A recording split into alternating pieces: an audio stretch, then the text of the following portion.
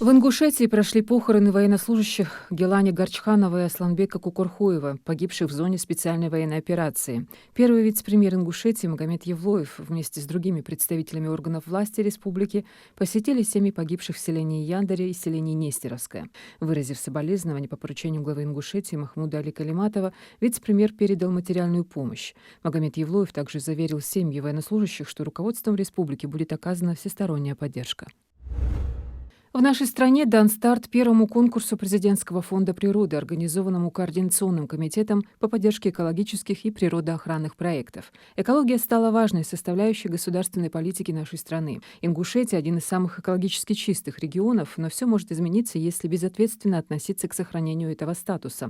Поэтому необходимо повышать экологическую грамотность населения и воспитывать подрастающее поколение с бережным отношением к экосистеме. Сейчас идет прием заявок на конкурс, который продлится до 30 апреля. Участвовать в мероприятии могут профильные учреждения, а также жители регионов, которым не безразлична экология края.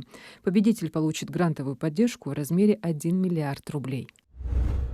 Ежегодно 6 апреля отмечается профессиональный праздник работников следственного аппарата в органах внутренних дел Российской Федерации.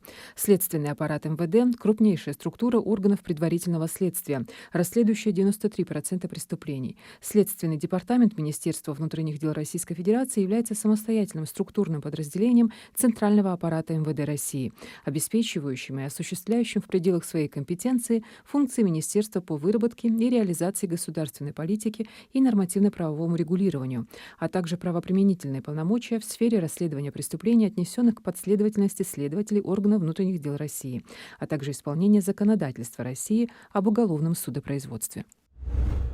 Полиция в Сунже провела очередные рейдовые мероприятия по пресечению дорожных правонарушений. Накануне сотрудники МВД провели на территории Сунжинского района оперативно-профилактическое мероприятие, направленное на пресечение правонарушений, совершаемых участниками дорожного движения.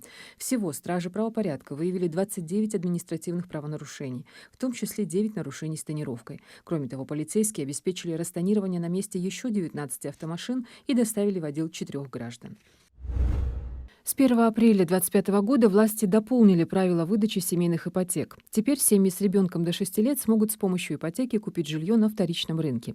Если жилье расположено в городе, где строится не более 2 многоквартирных домов, всего в России выделили 900 таких городов, населенный пункт не входит в состав Москвы, Санкт-Петербурга, Московской и Ленинградской областей.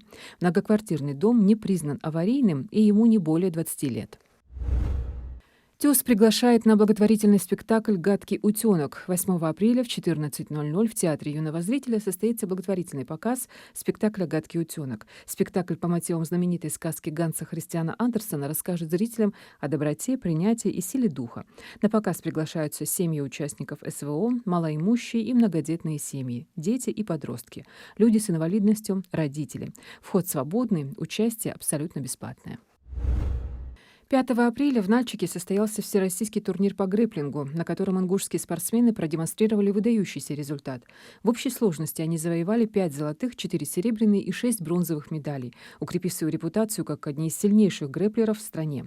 Воспитанники тренера Элиза Хашагульгова, представляющую Академию джиу-джитсу Сунжа, стали главными героями турнира. Золотые медали выиграли Ислам Балаев, Имран Тачиев, Мухаммад Илиев и Руслан Шахкиев. Белял Евлоев, ученик Имрама Магомадова из школы боевых искусств Сабар джиу-джитсу, стал золотым призером весовой категории до 42 килограммов среди 10-11-летних спортсменов.